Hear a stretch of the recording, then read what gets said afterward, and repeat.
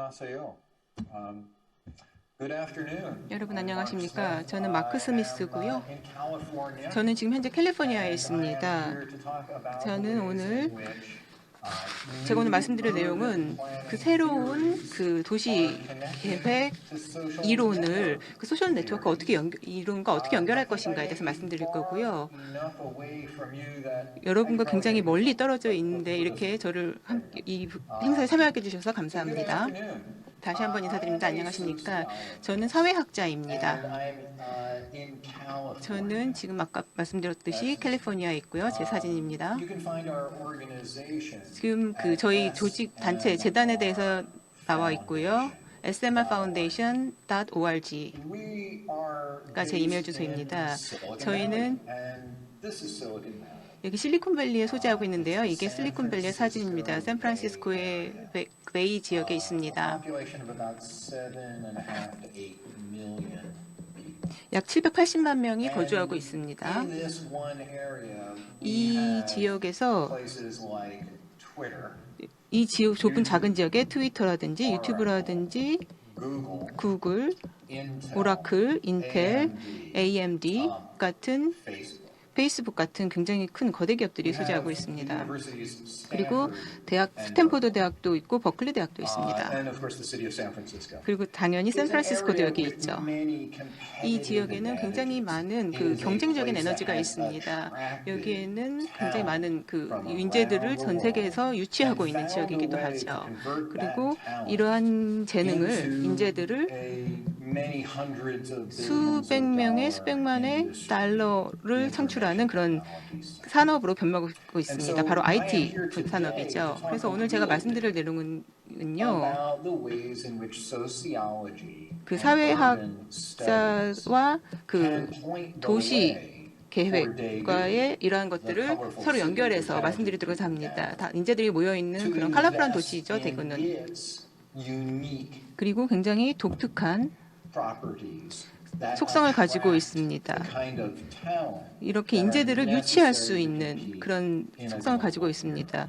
그 글로벌한 경쟁에 꼭 필요한 요소이기도 합니다. We are now in an era that we think of as the network age. 지금은 네트워크의 시대라고 할 수 있습니다. 그래서 이 네트워크를 통해서 우리가 서로 연결성을 높이고 있습니다.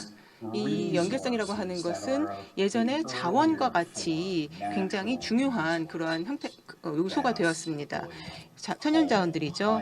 오일이라든지 가스라든지 석탄이라든지 이러한 천연 자원들이 얘를 기반으로 해서 초창기에 산업화를 이룰 수 있었습니다. 그렇지만 이제는 인적 자원에 대한 그런 질문이 제기되고 있습니다. 이런 인적 자본이라는 것이 그 각각 개인의 재능에 불과한 것인가, 아니면 이런 인재들 간의 사람과 사람들 간의 관계, 이러한 것이 부상을 해야 하는가, 이런 것들이 굉장히 중요한 컨셉이고요.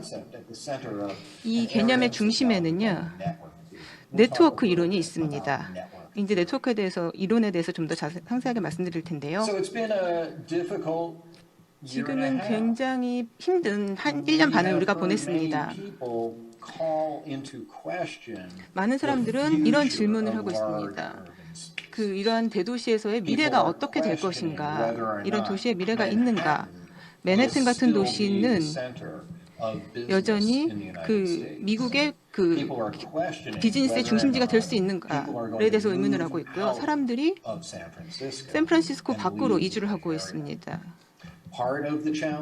그리고 코로나19의 도전 과제 중에 하나는 이런 부분이 있고요. 다른 도전 과제도 있습니다. 그것은요, 미래의 도시 역동성을 위협하고 있다는 것입니다. 부동산 가격이라든지 수많은 인재들이 도시를 벗어나고 있습니다. 그리고 또 가상화도 있죠. 지금 현재 우리가 하고 있는 이러한 행위 자체도 사실은 가상화에 이른 거죠.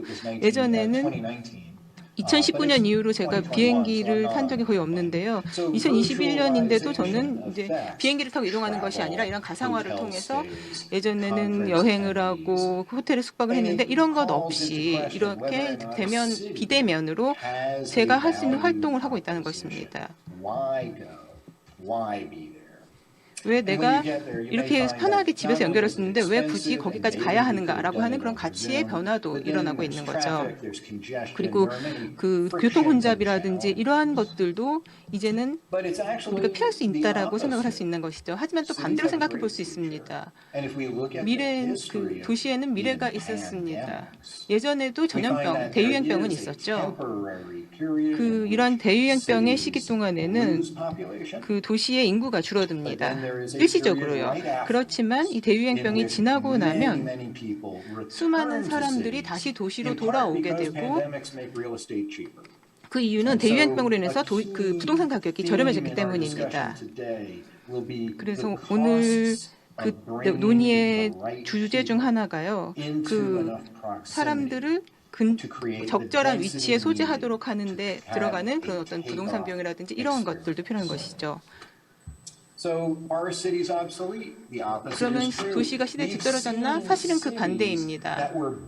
우리는 여태까지는 기술이라든지 산업적 기술을 기반으로 해서 발전되어 왔습니다. 이러한 것들이 시대에 뒤떨어졌을까요? 미국의 피츠버그를 예로 들어서 말씀드리겠습니다. 철강이라든지 제조업체 이런 기업들이 이런 산업이 유세했던 그런 것이고 이러한 산업들이 이제 그 쇠락하면서 도시도 쇠락을 했었습니다. 이러한 탈산업화의 로 인해서 부동산 가격이 낮아지게 되고 이로 인해서 콘도라든지 레스토랑이라든지 이러한 것들이 또 개발이 되고요.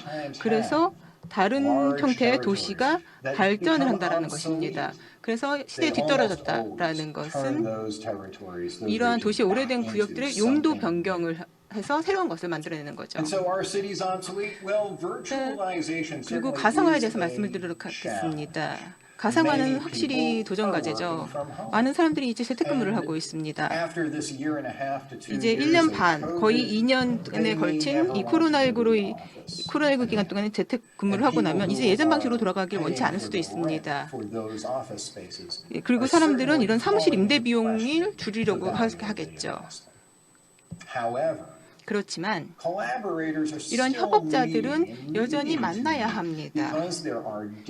왜냐하면 이러한 것은 다른 종류의 일이기 때문입니다. 집에서 할 수 없는 일인 거죠. 그래서 이러한 변화가 진행이 되고 있습니다. 그래서 도시는 이런 의미 있는 그런 도전 과제에 직면을 하고 있는데요. 이제 원격 근로는 이제 일상적이 됐습니다. 이 말은요, 예전의 기관들, 제도들 이러한 것들이 이제는 그 경쟁 우위가 없다라는 것입니다. 한 대학이 모든 대학과 경쟁을 하게 되고요.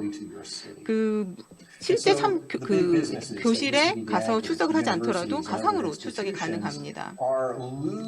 그래서 그 한 지역의 그 학생들을 그 대학으로 유치하는 그런 어떤 일종의 독점과도 같은 그런 독점적 지위를 상실하게 되는 거죠. 그래서 더 큰 경쟁에 노출되게 되는 것입니다. 그리고 중심 비즈니스 구역도 더 이상 필요하지 않습니다. 예전과는 달라졌습니다. 그 예전에 그 산업화 구역의 철강 기업들과 마찬가지인 거죠. 이러한 기업들은 그 시대에 뒤떨어졌기 때문에 용도 변경이 되었습니다. 그런 것들과 동일한 그런 현상이 일어나게 되는 것이죠. 이러한 관료주의적인 작업도 이제는 더 이상 필요치 않게 됐습니다. 자, 이제 그러면 우리가 새로운 단위의 도시 분석을 생각해야 합니다. 옛날에는 그 기업을 기반으로 기업이 이제 도시의 비즈니스 산업적 모델이기 때문에 기업에 대해서 기업 분석을 했었습니다. 기업이 생겨났다가 없어지기도 하고 오래 남기도 합니다. 그렇지만 이러한 변화는 이제 도시가 그 탈산업화 시대, 산업화 이후 시대의 그 새로운 조직 모델이 되고 있습니다.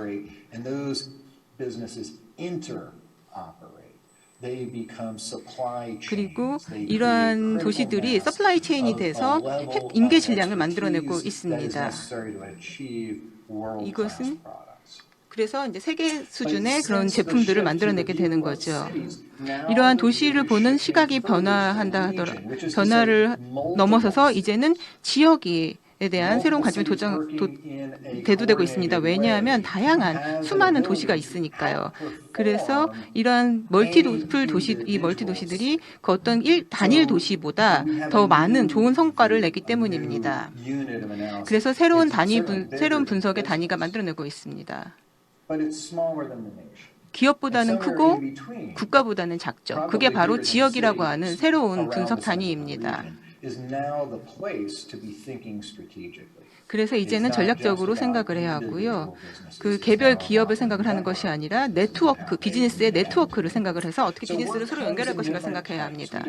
이것은 다양한 일의 형태가 있습니다. 이제는 동일한 일을 혼자 하는 것이 예전처럼 동일하게 일을 혼자 하는 것이 아니라 함께 일을 하는 것입니다. 그것은 일의 성격에 따라 결정되겠죠. 그래서 조정하는, 공조하는 그런 것이 있고 이러한 것은 예전에도 계속 루틴하게 진행이 됐고 예전에도 됐고 이제 또 하고 있고 이러한 것들은 그 가상화가 가능합니다. 앞서 말씀드린 것처럼 많은 사람들이 재택근무를 하는 것과 마찬가지이죠. 그래서 이제 그 도시의 비즈니스 중심지로 기차를 타고 차를 타고 이동할 필요가 없이 그냥 이제는 집에서 동일한 근무를 할 수 있습니다. 그러면은 이렇게 와해되는 것은 무엇일까요?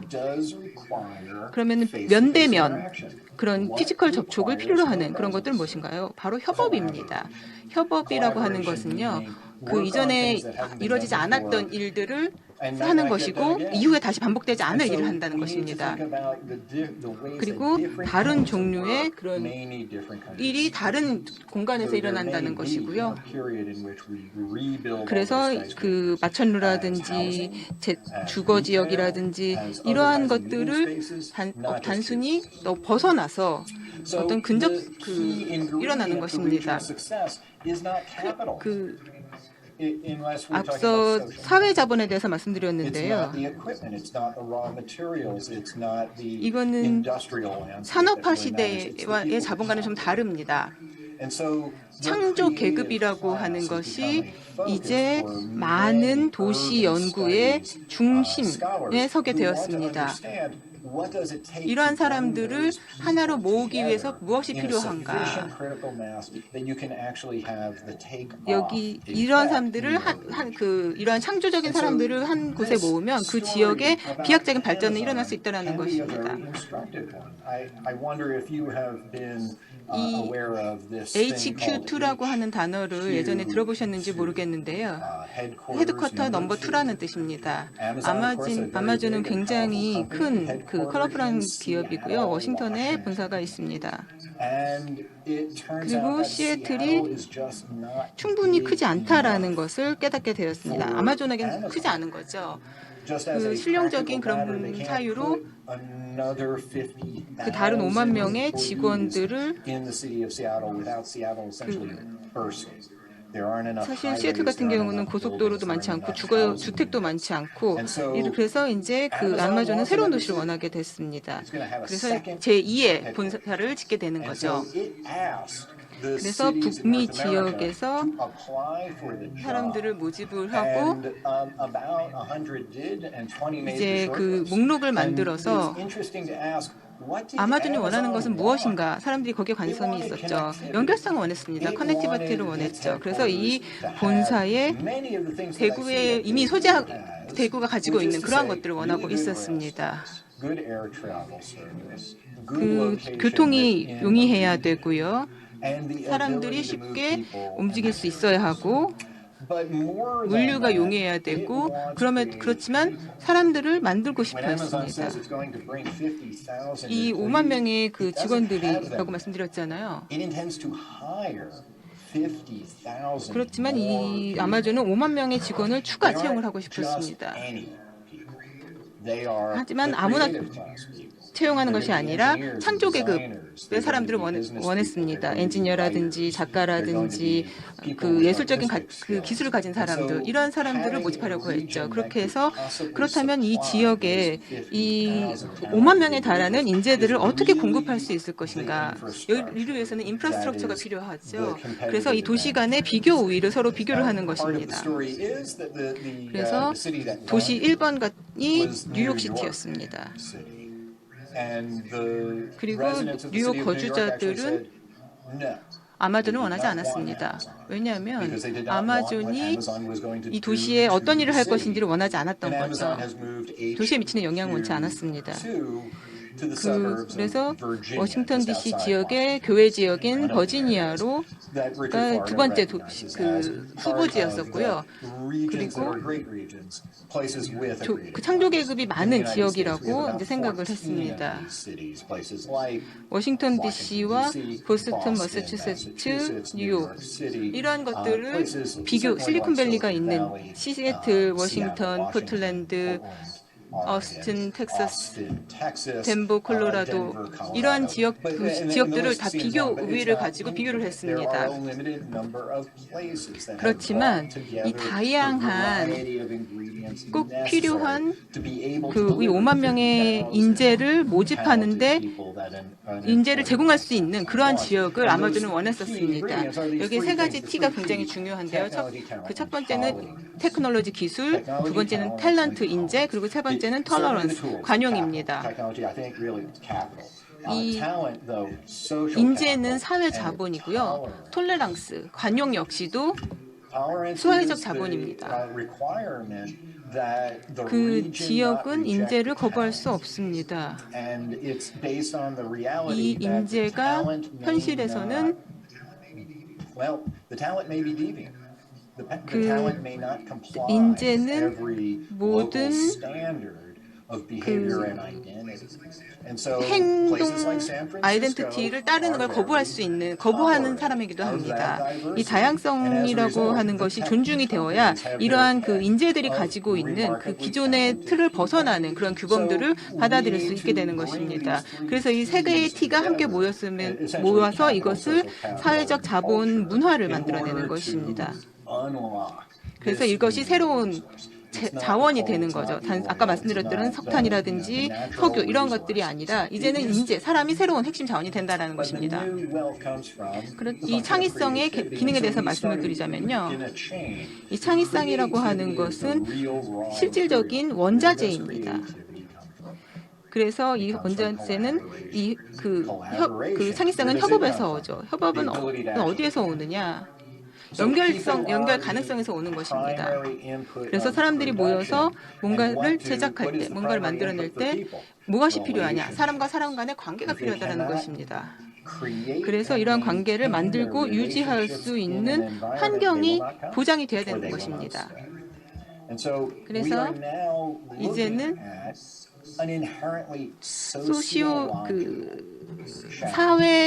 사회주의적 도전 과제를 또 새롭게 직면하고 되는 것입니다. 그 사람들을 서로 모을 수 있는 그런 임계 진영을 모아야 되는 거고요. 일자리는 기업을 요구합니다. 그리고 도시들은 기업을 원합니다. 일자리를 창출하고 인재를 유치하기를 원하죠. 그 리처드 플로리다는요 이렇게 말을 했습니다. 사람이 일자리를 향해서 움직이는 것이 아니라 그 일자리가 올바른 사람한테로 움직인다라는 것이죠. 그 카네기 멜론 대학에서 라이쿠스라고 하는 서치 엔진을 처음 만들었을 때 말했던 내용인 것입니다. 그리고 일정 수준과 규모와 사람들에게 도달하게 되고 그 이후에 전략적 결정을 내린 후에 이동을 했습니다. 보스턴으로 이동을 했습니다. 왜 보스턴으로 갔을까요? 왜냐하면 보스턴에는 사람들이 있었습니다. 이 기업이 필요한 사람이 있었죠. 앞서 말씀드린 것처럼 이러한 사람은 이제는 원자재가 되는 것입니다. 산업화 시대의 원자재가 되는 거죠. 그 석탄 같은 원자재가 되는 것입니다. 그렇다면 이러한 그 핵심, 중심 재료는 무엇일까요? 이런 창의적 집단을 유지하는 기관들이 있었습니다. 이 주요 기관들이 이러한 주요 재료가 됐고요. 대학이라든지 연구소라든지 대형 제조업체들이 있으면 이 기관들은 사람들을 유치할 수 있는 능력이 있었습니다. 그리고 예전에는 독점적 지위를 가지고 있었죠. 그렇다면 우리가 어떻게 이런 종류의 자산을 만들어낼 수 있을까? 이런 창의적인 자산을 만들어낼 수 있을까? 이것은 어떻게 보면 국가 안보와도 관련이 있다고 볼 수 있습니다.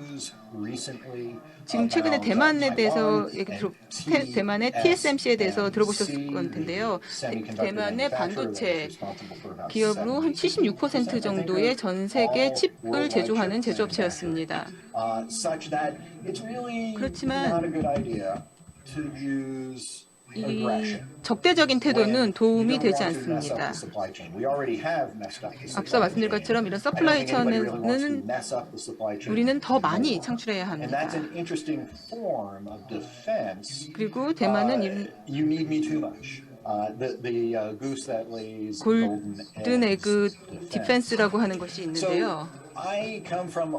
저는 말씀드렸던 것처럼 소셜 네트워크 이론을 연구하는 사람입니다. 그래서 우리 같은 사람들은 어떻게 그 도시가 이러한 관계, 다른 도시들과의 관계에서 어떻게 혜택을 볼 것인가를 중점적으로 살펴봅니다.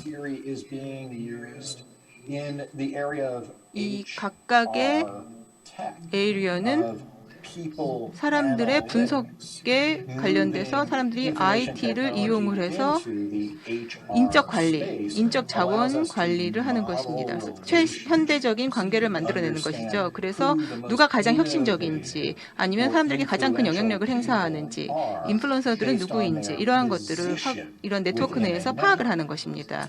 네트워크라고 하는 것은 어떤 개념이냐면요. 그 길을 보여줍니다. 얼마나 많은 그 연결이 되어 있는가를 뿐만 아니라 이 클러스터가 한 지역의 클러스터가 어떻게 형성이 되는지를 살펴보고 이 토픽의 네트워크도 파악을 해야 합니다. 사람들은 빅데이터에 대해서 많이 얘기를 하죠.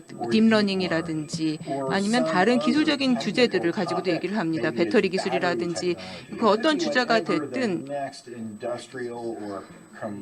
다음에 성공에서는 어떤 것인지 다음 성공에 대해서 사람들은 새로 그것을 주제 삼아서 얘기를 합니다. 이러한 사람들의 얘기를 분석을 하는 것입니다. 그렇게 함으로써 핵심적인 사람들, 이러한 논의의 중심에 있는 사람들을 파악을 하는 것입니다. 그리고 실제 모습과 그 가상 현실의 모습이 있습니다. 그 다른 종류의 사람들이 있는데요. 다른 컬렉션의 사람들이 이렇게 서로 연결이 되고 있습니다. 이런 모양을 만드는데 이런 모양은 같지 않습니다. 다른 이 각각의 그 형태는 태스크에 유리하고 그렇지만 이러한 차이점은 네트워크 전략의 이걸 가지고 그 효율성과 생산성을 예측할 수 있을까 하는 것이죠. 1980년, 90년대 사람들이 전화기를 생산을 했는데 이런 사람마다 자신들의 만드는 제품의 품질이 다 달랐습니다. 일본 그룹은 다른 그룹보다 왜 더 월등한 성능을 보이는가? 이것이 사람들 간의 연결의 정도에 따라서 이 사람들이 하는 그 창출하는 성과가 달랐다라는 것입니다. 그래서 집단 지성이라는 것이 개인 지성보다 더 중요하게 되었습니다. 이 수많은 종류의 네트워크 유도가 있고요. 이 네트워크 관점에서 보면은 사람 A가 있고 사람 B가 있습니다. 그렇지만 이 A와 B의 이 관계에 많이 관심을 가져야 되고요. 이것이 상호호혜적인지 아니면은 상호적인 관계인지 대부분의 소셜 미디어는요. 사람과 사람 사이에 연결을 해서 네트워크를 만듭니다. 이메일이라든지 페이스북이라든지 트위터, 유튜브 이런 것들은 사람과 사람을 연결하죠. 그렇게 함으로써 우리가 네트워크 패턴을 파악을 하게 됩니다. 트위터를 살펴보면요. 네트워크 관점에서 살펴보면요. 이러한 패턴이 등장하게 됩니다. 6개의 다른 종류의 그 사람들이 자신들의 폰을 이용해서 트위팅을 하는데요. 이런 패턴을 통해서 어떤 종류의 대화가 이루어지는지를 파악할 수 있습니다. 예를 들어서 이런 양극화된 것인가 이러한 것들은 정치적인 주제일 수도 있고요. 한 사람이 중심에 있고 그 사람을 둘러싼 그 청중, 어디언스가 그 사람의 의견에 동조를 하는 걸 수도 있습니다. 그리고 서로 대화를 하지 않는 사람들도 있습니다. 전혀 대화를 하지 않는 사람들도 있습니다. 그래서 이런 네트워크 관점에서 봤을 때 우리는 이런 점들을 보게 되는데요. 그 점들과 점 사이에 연결이 되어 있습니다. 그리고 이러한 것을 기반으로 어떤 점은 다른 점보다 크고 어떤 점은 다른 점보다 적습니다. 그 커넥션이 많아서 연결된 선이 많아서 클 수도 있고 아니면은 특별한 그런 연결선이 있기 때문에 클 수도 있습니다. 그래서 누가 인플루언서인지를 확인할 수 있습니다. 이거를 이용을 해서 이거를 이제 트위터에 적용해서 보겠습니다. 유튜브 말고 위키피디아라든지 인스타그램이라든지 이러한 다른 거를 해서 질문을 하면 됩니다. 사람들이 대구에 대해서 트위터에서 얘기할 때 어떤 얘기를 합니까? 교토와 비교해서 얘기하는 걸 비교했을 때 어떻습니까? 그 관련 있는 토픽에 대해서 얘기하는 사람들, 해시태그, 마이스 같은 경우도 이제 많은 그 미팅에 관련된 그런 것들인데요. 이러한 주제에 대해서 어떤가? HR 태그에 대해서 얘기할 때 어떤가? 그리고 어떤 사람들이 이러한 토픽에 대한 논의의 중심에 있는가를 살펴봐야 합니다. 그런 사람들한테 대구에 대해서 말하게 할 수 있을까요? 이러한 전략이 여러분이 유치하고 싶어하는 인재를 어떻게 유치하는가 그 방식을 중요할 수 있습니다. 이게 교토의 사진입니다. 그리고 여기 대구가 있습니다. 대구의 그 트위터에 존재하는 그 대구의 모습인데요. 대구가 지금 영어로 스펠링이 되어 있죠. 적혀 있습니다. 그래서 사람들이 대구에 대해서 얘기할 때 대부분 영어로 얘기를 한다는 것입니다. 그리고 이 사람들은 대구 관련된 그 대화의 중심에 있는 사람들입니다. 여기라든지 여기 이러한 사람들이 이러한 대화 구조의 중심에 있습니다. 그리고 이들의 상당수는 약 1%, 전체 파퓰레이션의 1% 정도입니다. 이 사람들을 메이어라고 부르는데요. 인플루언서, 그 오피니언 리더라고 할 수 있습니다. 그리고 대구에 대한 대화를 주도하는 사람들이죠. 그리고 그 장소에 대해서 생각을 해볼 수 있습니다. 위치에 대해서 생각을 해볼 수도 있고요. 이러한 그 메이어들이 소재하는 장소는 이렇습니다. 그리고 이제 글로벌하게 대구에 대해서 논의가 되고 있는 지역은 이렇습니다. 그 피크가 언제였는지 한번 살펴볼까요? 볼 수도 있고요. 그리고 대구를 한글로 썼을 때의 그 대화와를 비교해 볼 수 있습니다. 굉장히 서로 그 다른 대화이고 그 규모도 훨씬 작습니다. 그래서 여러분은 그 대구라는 도시를 어떤 언어로 홍보할 것인가에 대해서도 한번 생각을 하셔야 합니다. 이것을 한글로 할 것인지 영어로 할 것인지. 왜냐하면 그 한국어를 모르는 사람들은 대구에 대해서 모르기 때문에 트위터를 하고 싶어도 하지 못할 수 있기 때문입니다. 이러한 관점에서도 생각을 해야 되고요. 교토를 영어로 썼을 때 이렇게 트위터에 그런 네트워크 패턴이 나타납니다. 마이스를 해봤을 때는 이렇게 나오고요. 전시회, 컨퍼런스, 미팅 이런 것들이 마이스와 관련이 됐고요.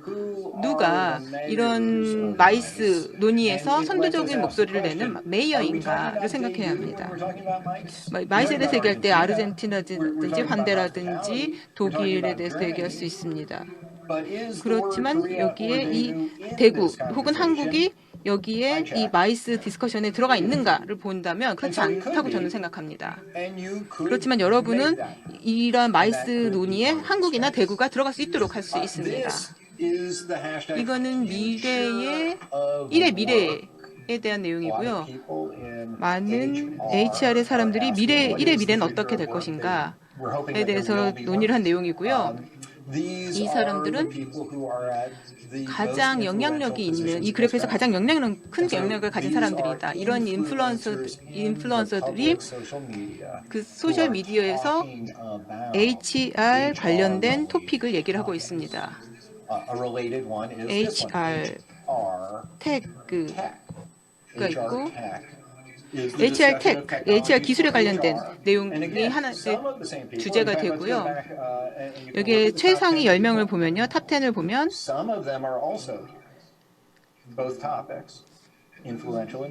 다른 토픽에 대해서 얘기를 하기도 있고, 그리고 이 사람들이야말로 여러분이 관계를 형성하고 개발하고 싶은 그런 사람들일 것입니다. 여러분이 광고를 하거나 이럴 때는 이미 영향력을 가진 사람들이 있으니까 이 인플루언서들과 관계를 맺어서 활용을 할 수 있습니다. 이러한 메이어들과 여러분은 관계를 맺어야 합니다.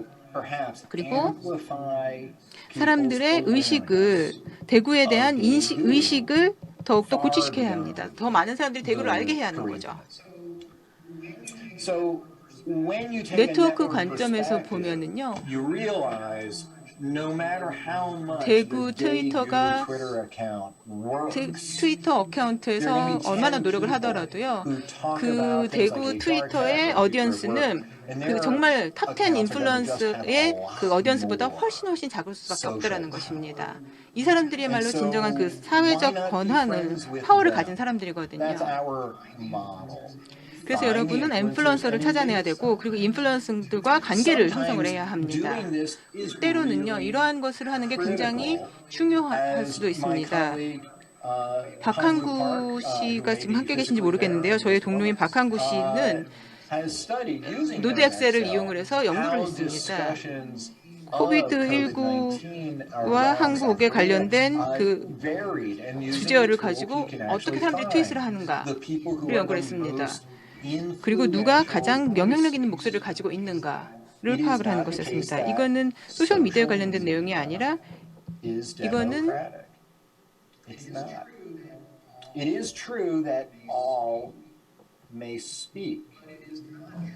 그렇지만 그 트위터에서 나오는 내용이 모두 사실은 아니라는 것입니다. 대부분의 사람들은 소셜 미디어에 대해서 잘 들어보지 못할 수도 있습니다. 그렇기 때문에 여러분은 이러한 인플루언서들을 제대로 여러분이 어필할 수 있는 그런 토픽에 관심을 가지고 있는 그런 인플루언서들을 제대로 찾아내는 것이 중요합니다. 단순히 이러한 것들은 정보를 가지고 이루어져야 하고요. 그래서 이 네트워크 이론을 이용을 해서 그 토픽을 연구를 하고요. 전략적인 대구의 발전을 이루어야 합니다. 어떤 산업을 할 것인가, 그리고 대구에 어떤 산업이 중요한가.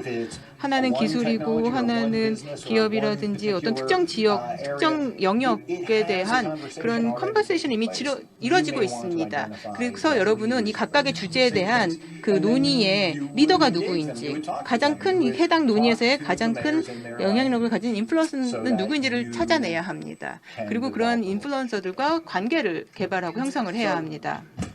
요약해서 말씀드리겠습니다. 이제 인재, 사람이야말로 상업적 개발의 발전의 투입 요소가 되는 것입니다. 그렇지만 사람은 자본과는 다릅니다.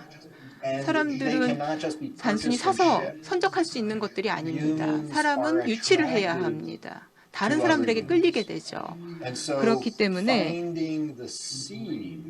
이러한 여러분의 지역에 필요한, 그리고 지역에 적합한 인재들을 찾아내서 유치하는 것이 굉장히 중요합니다. 단순히 지리적인 이러한 것들만 고려할 것이 아니라 물론 지리적인 부분도 되어 있죠.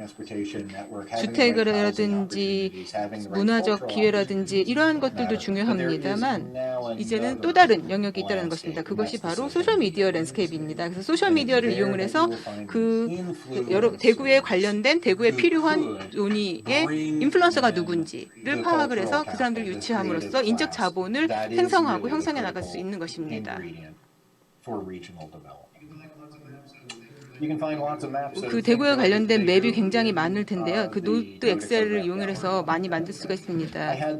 제가 대구에 2번인가 방문을 한 적이 있었거든요. 굉장히 2번 다 즐거운 경험이었습니다. 그래서 그러면 제 발표를 마치겠습니다. 감사합니다. 예, 감사합니다. 박 스미장님께 깊은 감사를 드립니다. 아마 이제 많은 이야기들을 하시고 싶으신 것 같아요.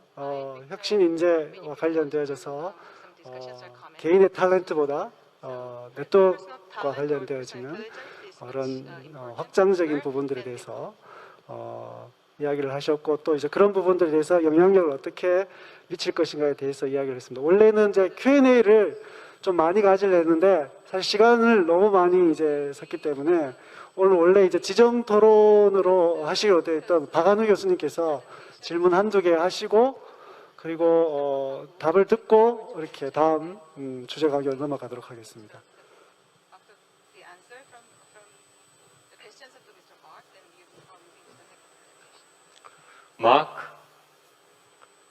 마크 스미스 박사님의 강의를 잘 들었습니다. 저는 박한우 영남대학교 교수입니다. 강의에서 그 여러 가지 좋은 사례들을 말씀을 하셨는데 창조라고 하는 것은 사실 다양성, 즉 차이에 대한 인정으로부터 시작을 하는데 네트워크 이론에 따르면 인간 커뮤니케이션은 동질성이 지배하고 있습니다. 그럼 어떻게 우리가 이질성을 확보해서 창조를 이룩할 수 있는 것인지가 궁금합니다. 그렇게 이질성을 확보를 하지 않으면 창조가 발생하지 않기 때문에 사회학자로서 그것을 어떻게 바라보고 있는지가 궁금합니다. 그 다음에 한 개 더.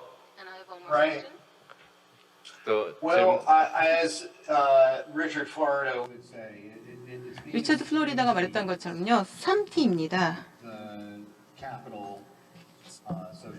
사회적 자본과 문화적 자본이 있습니다. 다양성이라고 하는 것은요. 굉장히 중요한 용어인데요. 그 이유는 이러한 창의적인 활동, 창조적인 활동을 통해서 우리는 혁신을 이루게 됩니다. 그래서 우리는 다른 사람들이 필요합니다. 서로 다른 사람들이 필요하죠. 만약에 우리가 동일한 같은 사람들을 활용한다면 사람들이 어제 했던 거를 또 내일도 반복하게 되니까요. 그래서 이렇게 다양한 관점, 견해들을 모으는 것이 여기에 필요한 것은 이런 차이를 차이에 대해서 관용적인 태도를 가지는 것이 중요합니다. 그렇기 때문에 털러런스가 중요한 거고요. 이것이 어려운 부분입니다. 그렇지만 이런 네트워크의 특성 중에 하나가 허마폴리라고 하는 게 있습니다. 이 안에서 사람들을 서로 좋아요 관계를 형성하는 사람들이 관계를 형성을 하게 되는 거죠.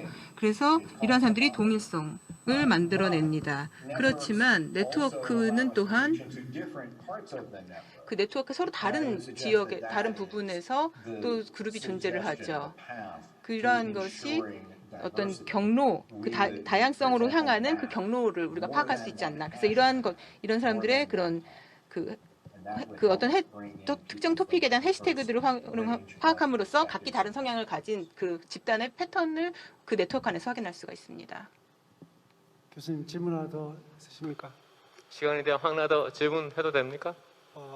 예, 짧게 대답할 수 있도록 부탁드리겠습니다. 우리 마크 스미스 박사가 전 세계를 많이 여행을 하고 대구에도 두세 번 왔다고 했는데 다른 도시들과 비교해서 대구가 인재 도시로 성공할 수 있기 위해서는 어떠한 요소가 혹은 어떤 요소가 장점이라고 생각하는지 개인적 경험에 비추어서 좀 말씀을 해주십시오. Right. Yeah. And that is the question. 네, 이 질문은요. I think the answer is that 그 답변드리자면 대구는 to be more 더 international. 국제적이 돼야 합니다. And that requires being 여기에 more 필요한 open 것은요, 더 to 개방이 돼야 a 된다는 much 거죠. wider range of people and 더 their 많은 종류의 businesses. 사람들의 다양한 산업 기업들과 그 비즈니스와 연결이 돼야 합니다. 굉장히 큰 기회가 대구에 있다고 생각을 하거든요. 그래서 그 대구에서 가상화를 통해서 가상 세계에서의 대화를 통해서 대구가 그 존재감을 더 키울 수 있다고 생각을 합니다. 그래서 이런 소셜 미디어 세계에 대구의 그 가상 프레젠스, 가상 존재를 더욱더 확장을 해야 합니다. 트위터라든지 또 반드시 트위터일 필요는 없습니다. 유튜브를 통해서도 할 수 있습니다. 그렇지만 대구에서 지금 현재까지 이런 소셜 미디어에서 하고 있는 활동은 충분하지 않고요. 더 많이 할 수 있다고 생각을 합니다. 그리고 이러한 활동들은 상대적으로 비용이 적게 듭니다. 여러분이 어디에 가서 뭐 오페라 하우스를 건설하거나 아니면 그 주택을 새롭게 주택 단지를 만들어낸다든가 아니면은 그 보헤미안이라든지 이런 사람들을 유치하기 위해서 그런 그 주거 지역을 새롭게 조성하고 이런 것보다는 이런 소셜 미디어, 이런 가상 공간에서의 활동은 훨씬 더 비용이 상대적으로 적게 드는 것입니다. 여러분은 그 처음엔 이렇게 사람을 먼저 유치하고 그 주택을 먼저 건설할 것인가 아니면 사람을 먼저 유치할 것인가 이것은 닭과 달걀이 어떤 것이 문제인가 먼저인가를 하는 그런 문제인 거고요. 그래서 하나를 해결하고 나서 다음 거로 연결될 이렇게 고민할 것이 아니라 대구에서 해야 할 일은요. 사람들 그 모든 것이 현재 가상화되고 있기 때문에 가상화 세계에서의 그 영향력이 있는 사람, 그런 사람들을 찾아서 감사합니다. 연결을 하고 관계를 형성해야 된다는 것입니다. 대답 또 모두 감사드리고요. 다시 한번 우리 마크 스미스 회장님께 박수를 한번 부탁드리겠습니다. 네.